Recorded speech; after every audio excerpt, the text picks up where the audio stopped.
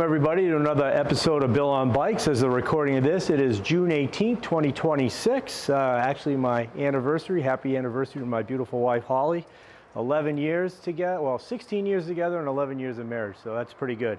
It is a scorcher here in Phoenix, so I have a nice cold caffeinated beverage, one of these V8s. And well, what do we have here? This is a 2005 Softail. If you look at it really quick, you might think it's a road cane. If you didn't notice, it doesn't have a nacelle, and obviously we can't see, well, you can't see the shocks anyway because of the extended bags. But anyway, 05 Softail, it's making a horrendous engine noise. To me, it sounds like the cam chain tensioners. It sounds like the tensioner is metal on the chain.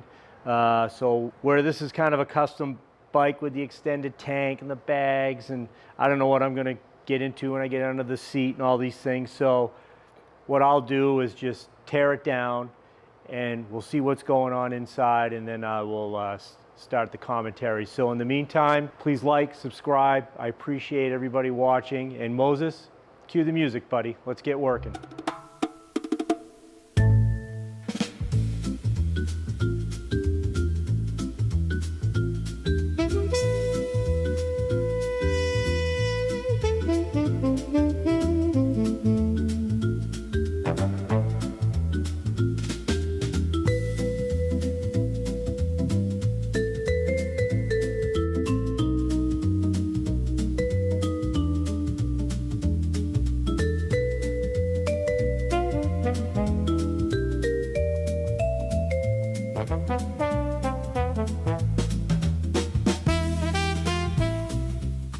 Okay, Friday, June 19th, 2026. Let's pop this cover off together and see if we do have cam chain tensioner issues, and we'll go from there. Put a couple screws in here just so when this breaks loose, it doesn't fall.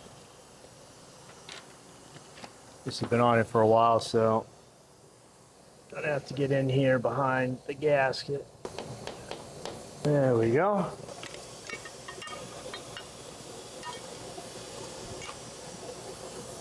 Oh yeah, I would say that's metal on metal. Hang on here, I'll get out of your way and we'll zoom in. Okay guys, as you can see, the chain shoe is totally missing, and we just have metal on metal here on the cam chain. So here's all the pieces.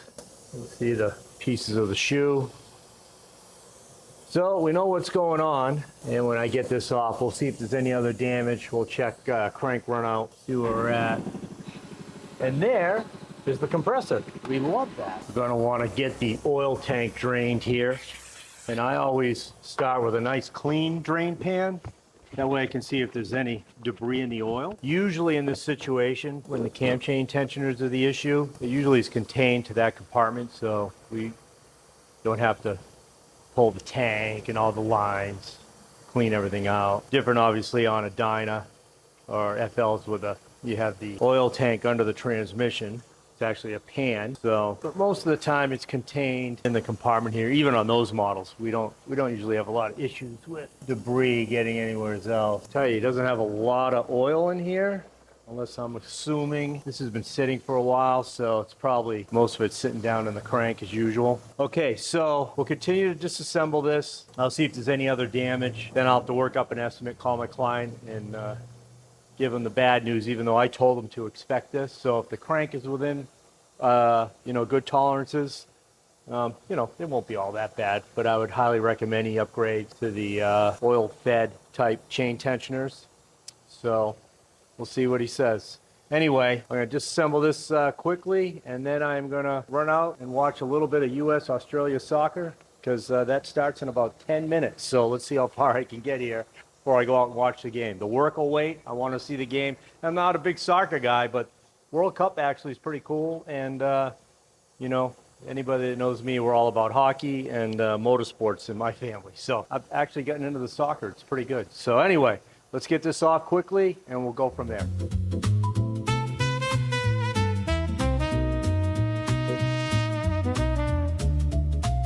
Only 2000s crank run out, which is great, so we can run with that. Everything has been contained here in the cam compartment, so I think this is a prime candidate for either a fueling or an S&S kit. I'm going to call the customer, see what he wants to do.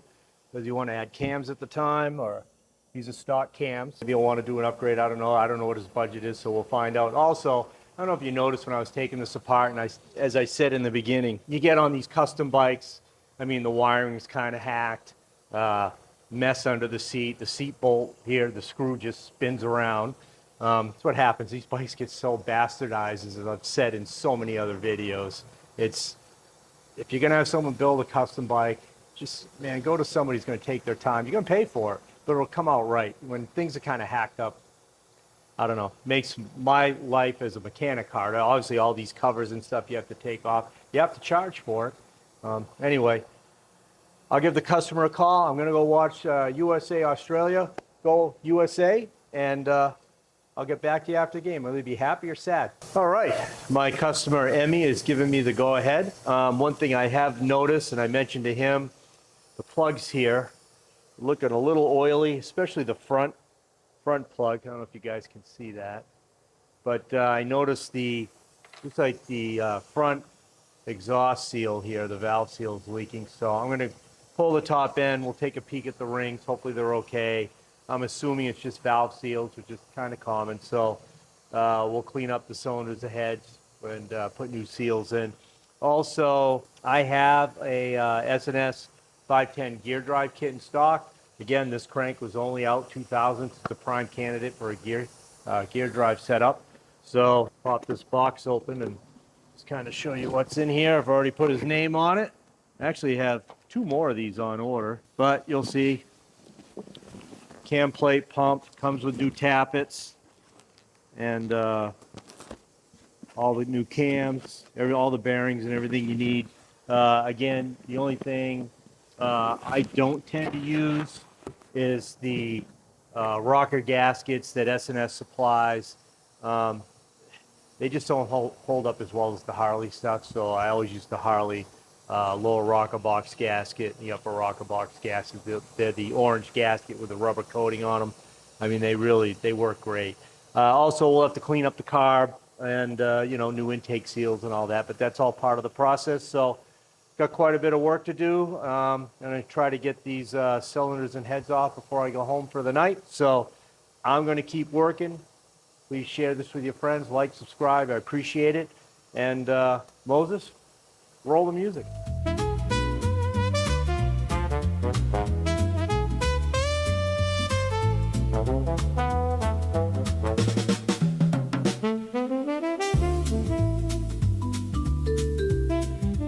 All right, now that we have the heads off, I want to zoom in and show you something. And as you guys know, I've talked about carbon deposits in the past.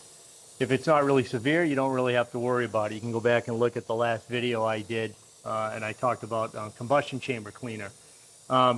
This is definitely like moon rocket so hard on here. You know, you can take a scraper if you want and just see how hard this is. Now what I will do is scrape the real heavy stuff just gently. Then we have a special wheel that I get these from, who do I get these from? I think Granger.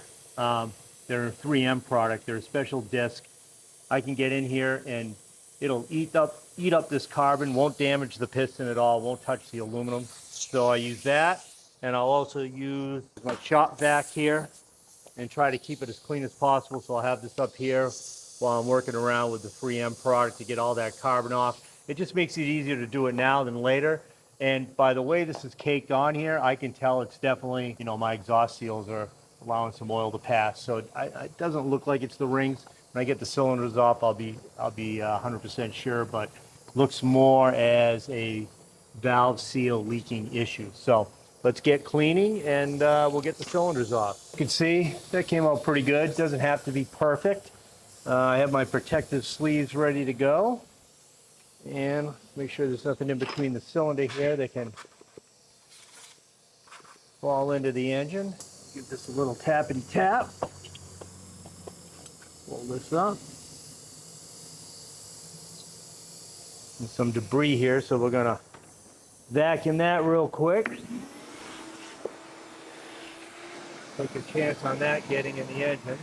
Oftentimes you'll see rust will gather around these studs. Like this stud has a little bit of rust on it, so that corrosion and stuff gets in here. Also, the rear head bolts on the spark plug side were super loose. I don't think they had 10 pounds on them. Cam side ones were tight, but not the spark plug side. Okay, put a towel in here. A little debris on top of that wheel. I'll make sure I capture that right now.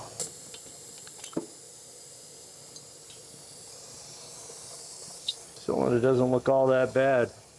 Actually, it looks pretty good. Now, if you notice, you see these studs have some rust on them, which is common. We'll clean those up. They should be fine. I'll use some rust remover, and once I'm done with that, a little Scotch-Brite, and they'll look great. No need to change them. Let's see how this one looks. Just a little bit of debris on this one here, and a little over here. You can see it. Sorry for the noise with the vacuum. But better safe than sorry. Thought I grabbed 2 towels. I guess I just grabbed 1. The cylinder looks really good. And these are standard pistons, so they've never been touched. They look pretty good. Okay, we have our S&S gear drive cam chest kit laid out in front of us. I want to point out a few things, what S&S supplies, and what I add to this kit, so let me readjust the camera for you. Now, S&S sends this kit. They plan on you just cutting out your old push rods and using the adjustable ones. Anybody that knows me, I hate using adjustable rods. They flex. Sometimes the locking nuts come loose, so I never use those. I will always add the fueling one-piece push rods to the kit. You could even use the stock Molly rods. They work fine. I've seen very few of those ever bend in the day, and they usually bend because there was something else that happened, so you can get away with those also. In the kit, obviously, they give you the cam support plate, new pump, your gear drives, gear drive cams, your outer gear drive, your full complement inner cam bearing. These are Koyos. Normally, most of the time we run Torrington, but they're just as good. Also, we'll run ball bearings in the oil pump cam support plate. You can get away with that because there's less load when you're running gear drive cams than if you're running chain drive. So you don't have to run that one roller bearing on the rear. You can get away with 2 ball bearings, no problems. Okay, so knowing that S&S isn't going to give you rocker box gaskets and things like that, I always disassemble the engine because I want to see what's going on. In this case, I knew I had some oil that was burning. It looks like the valve seals. So we have new Harley valve seals here. Also, I run the orange Harley rocker box gaskets. The reason I run these ones, they don't leak. I really don't have issues with them. 40, 50,000 miles, and bikes will come in and they're not leaking. They may be a little weepage, but they're not leaking. The other style gaskets tend to leak. I don't like them. So if you're just cutting the push rods, you're not going to look at any of that stuff. So I don't really do it that way, just how I am, kind of anal. Obviously, we have new tappets.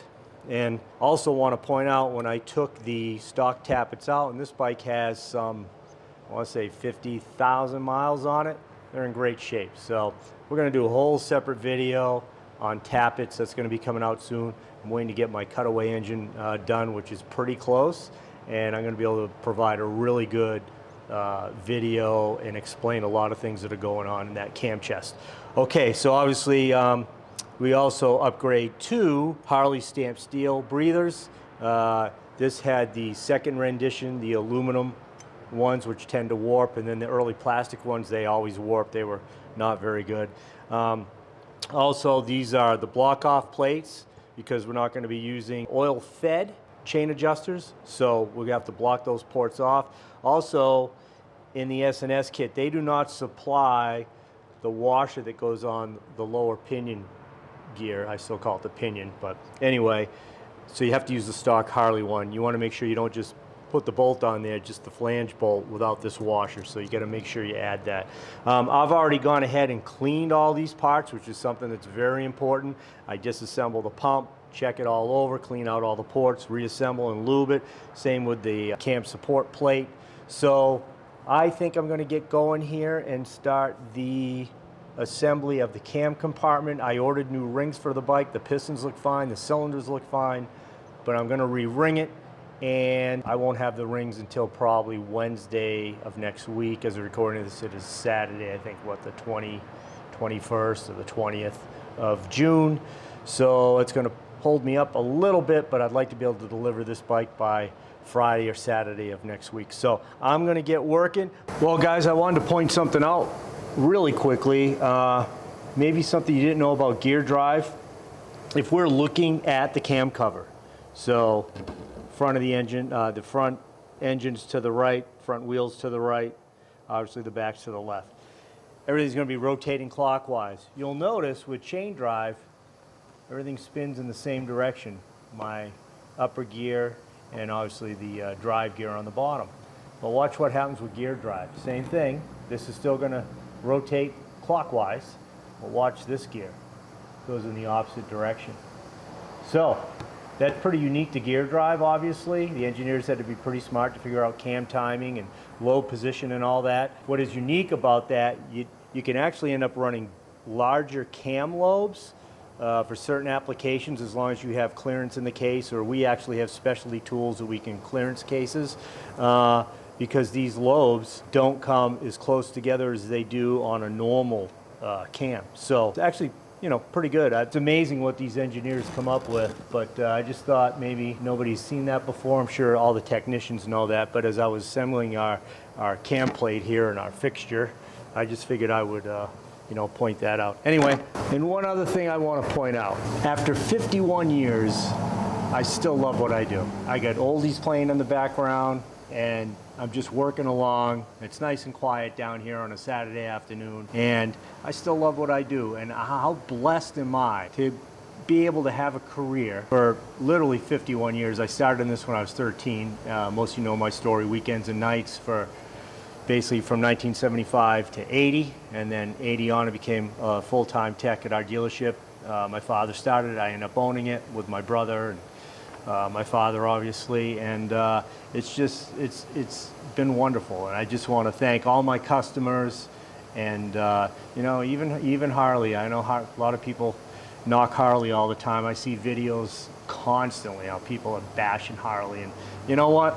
It's a pretty damn good company. I think they try to do a really good job. I'm hoping Mr. Stars does a great job as the new CEO. I think he will. I see these guys making posts all the time. Oh, Harley needs to do this, that, and the other thing. I think he's going to get them in a good direction. He's going to concentrate more on performance accessories, so the Screaming Eagle catalog is going to grow. They're bringing back the Evo Sportster, which I told you a year ago. I knew that bike was coming back because I knew someone that was test ride at the test track, which is going to be an 883. They're going to have big bore kits ready to go. I guarantee it. No one has announced that. They will have big bore kits for that bike ready to go in the Screaming Eagle catalog. What else could they do? I think they should bring back town hall forums where they get their dealers together. I think twice a year they should bring in outsiders, maybe independent owners like myself that sees both sides, the dealer side and the independent side, and have a meeting once a year, and we can get together and talk about what's going on in the industry, because dealers are somewhat isolated. And the biggest mistake Harley made was allowing one dealer or one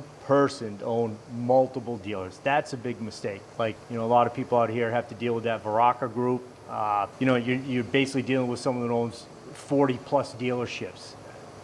I don't really agree with that. I think it's a huge mistake. Back in the day, you could have one dealership and what was called an ARO, an alternative retail outlet. That had to be in your territory. You couldn't go outside of your territory. And then it was Daytona Harley when Bruce Rossmeyer, he's the one that started purchasing multiple dealers, and that was the start of it, and that really was the start of the downfall. The mom and pops have gone away. It's incredibly sad. You don't need, like what Scottsdale has out here, that Taj Mahal. You know, I've never been in the place, could care less. I have no interest in seeing it. Why do you need a dealership that big? Bob Parsons, from what I understand, is never there. Here's a good guy. He's never there because he's into his golf club. So you have other people running your dealership. You came into our dealership, you're dealing with dealer principals for the most part. You could always talk to me, my brother, Diane, which was my father's wife, or my father. You could always deal with one of us as you had to. Good luck trying to get through that web of managers and everything. Just, you know, it's like a car dealership. So I don't know. I would like to see If anything Harley-Davidson is going to do, they need to address that, and they need to start making it so you can't own so many dealerships. But that's just my opinion. I think if they want to be successful, they're going to have to do things like that other than just bring out new models. That's not necessarily going to do it for them.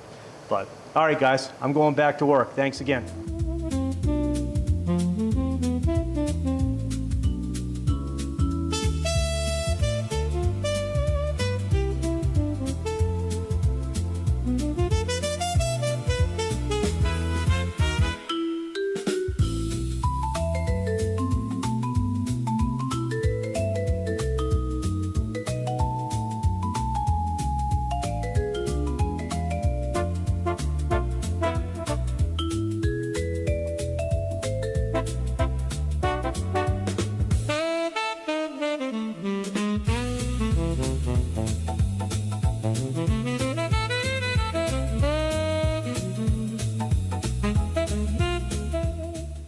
Okay, we're moving right along here. Hopefully I can get this wrapped up today. As much as I hate to use these quickie adjustable push rods, we're not really going to have a choice with this.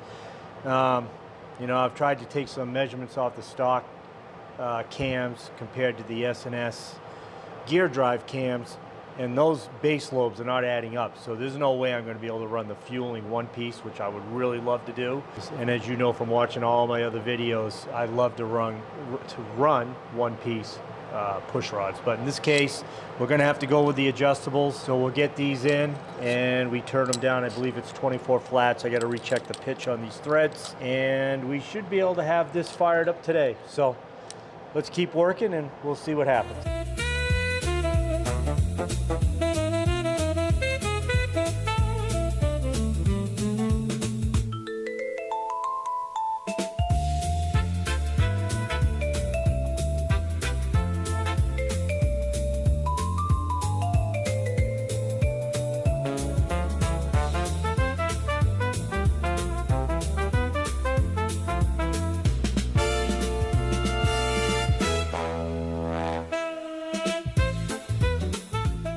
Okay guys, it's a hot one here in Phoenix today. I don't know if I mentioned the date, June 25th, 2026. It's probably about 2 in the afternoon right now. Have the carburetor all reassembled after we cold tanked it, cleaned it, rebuilt it, put the hypercharger on. I wanted to put a new air filter in it, but it seems they're not available in the Drags catalog anymore, so maybe that went the way of the dodo bird.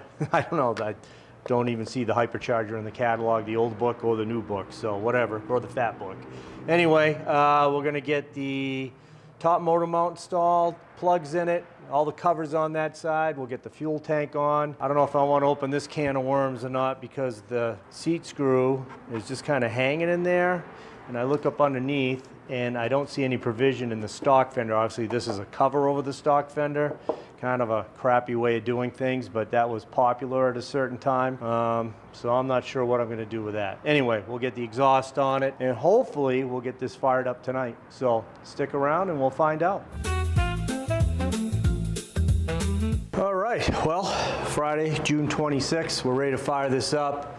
I have an external Motion Pro fuel can on there, so we're going to give it a little fuel before I put the tank on because I got to go and fix the back here in case we have any issues. I also didn't have the vacuum line hooked up right for this hypercharger, so I had to get a T over at Home Depot. I find that the small T's, plastic T's for the ones they use for the irrigation work great. Anyway, you may have seen what was supposed to be a short, but it ended up running more than 3 minutes, so it became a video. I'm sorry that it doesn't have like a thumbnail or anything, but my little encounter with the rattlesnake last night, and man, I'll tell you what, I'm sore because I took a pretty good fall at one point. But anyway, that's done with, and hopefully get this wrapped up today because I'm leaving for vacation on Sunday, so a half a day of work tomorrow, and then I'm on my way down to Mexico. We got to tighten this up too. Funny, these bikes, you always find something loose or whatever.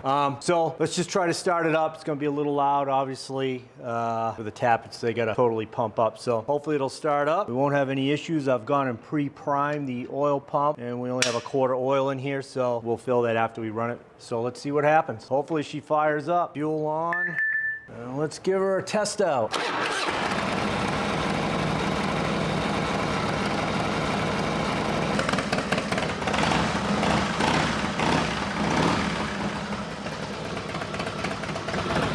All right. right, that didn't sound too bad. I noticed these vacuum plates here are not opening, and I have it hooked up, and I sealed the vacuum line over here with my finger, so I'm not sure what's going on with that unless this diaphragm is shot, but that's an issue. What if the diaphragm is torn on the hypercharger? If that's the case, I'll probably might just remove these totally so, you know, he's getting air, because obviously it's not working. That's not good. I'll figure that out. Anyway, sounded good. I have good oil return to the tank, so we'll top off the oil. Obviously we got new rings and stuff in here, so we're not gonna run it too long. Gonna run some cycles through the engine, or heat cycles, and hopefully we could go for a nice test ride today. So stick around and we'll see what happens.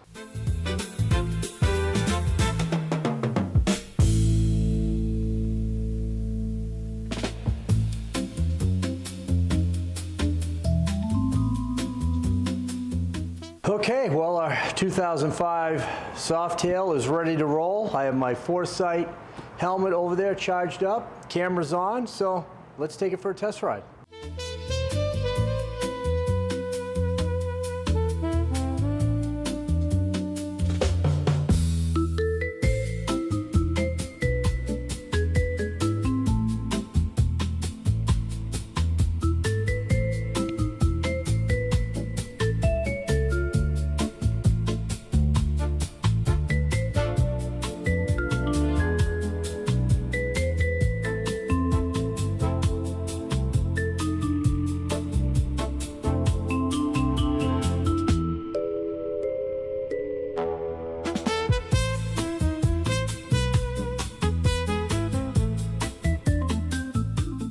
All right, guys, there you have it. It ran great. Our 05 Softail is done. Hopefully you enjoy the riding footage. That Foresight helmet is great. The app still stinks, but the helmet itself is great. A couple things you could do here. Obviously, the seat doesn't have a latch in the front, and the way they did this in the back, you can't get to it without removing the whole back fender and get in there to try to fix this. So not something we're going to do now. If he wants to address it later, that would be great.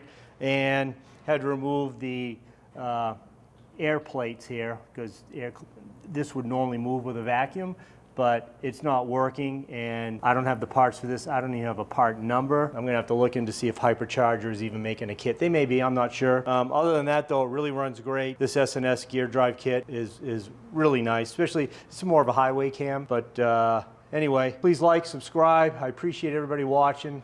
Keep sending your comments. I'll try to get back to you.